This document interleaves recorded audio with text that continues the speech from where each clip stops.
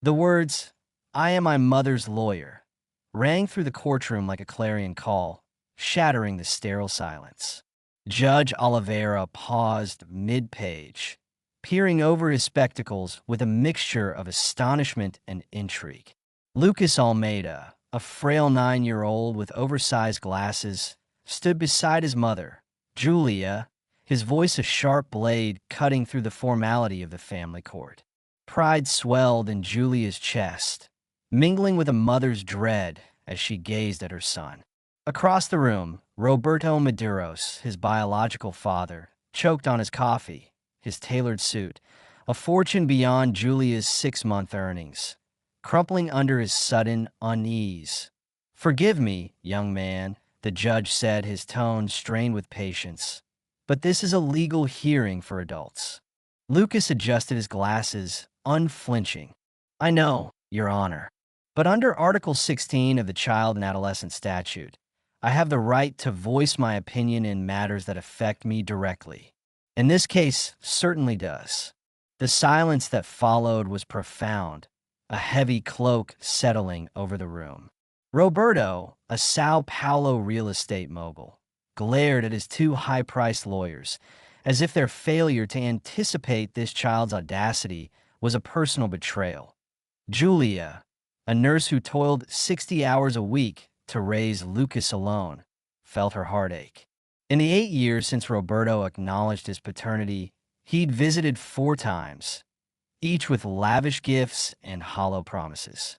Now, facing financial ruin, he sought full custody, a move that reeked of desperation.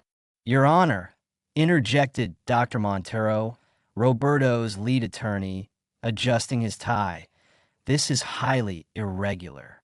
A child lacks legal capacity." Lucas's calm response sliced through the air. "If you truly cared for my well-being, sir, you'd want to hear me instead of silencing me." Roberto whispered furiously to his lawyer, but Lucas pressed on, opening a school notebook brimming with meticulous notes. "Your Honor, I've prepared a documented case for why I should stay with my mother, including evidence of the petitioner's true motives. Motives I believe the court will find illuminating." Roberto's face drained of color. What had this boy uncovered? For weeks, Julia had watched Lucas return from school with borrowed law books, his young mind poring over statutes and case law. She'd thought it a child's curiosity, never dreaming he was arming himself for this battle. "Your Honor," Lucas continued, "in the last 8 months of this process, no one bothered to ask the one person most affected me." Roberto shifted uncomfortably, unnerved by the boy's unshakable poise.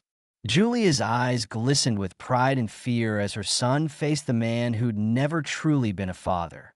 Lucas detailed Roberto's neglect: 2 belated birthdays, a 20-minute Christmas visit, a charity photo op, and his recent custody bid, filed weeks after criticizing their modest home. "I researched my biological father," Lucas said, his voice steady. "He lost a $10 million lawsuit. His third wife is divorcing him, and there's an $8 million trust for my late grandmother, accessible only if he gains full custody." The room held its breath. Roberto's lawyers faltered, unprepared for a child who'd outmaneuvered them with public records and a librarian's guidance. Judge Oliveira leaned forward, his curiosity piqued. "Lucas, what evidence could a 9-year-old gather?" Lucas adjusted his glasses, a gesture now etched in the room's memory. "For 3 months, I've studied at the Central Library every Tuesday and Thursday. The head librarian, Dona Helena, taught me to access legal databases." Julia's breath caught. She'd thought his special project was innocent.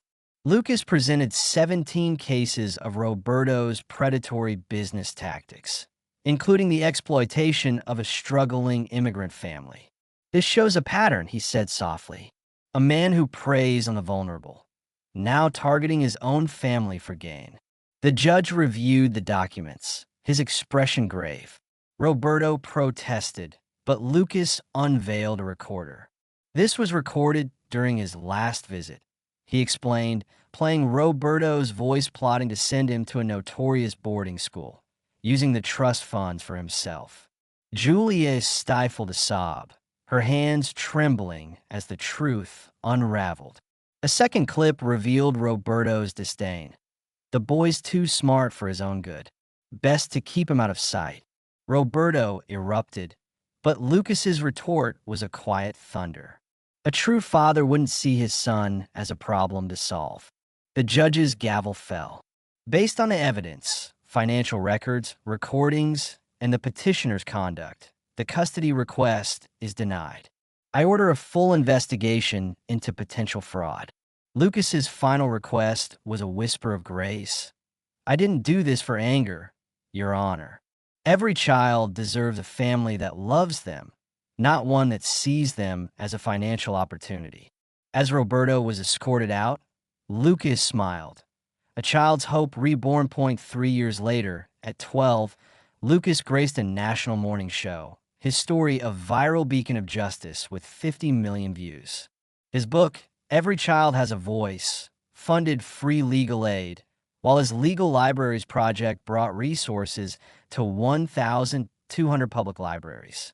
Julia, now a nursing supervisor, watched with tears as Lucas inspired a generation. Roberto, diminished to a modest life, faced the echo of his choices, while Lucas's legacy, built on love and truth, saved thousands. His acceptance into a pioneering law program at USP marked the beginning of a lifelong mission to protect every child's voice, proving that even the smallest can move mountains with courage and heart.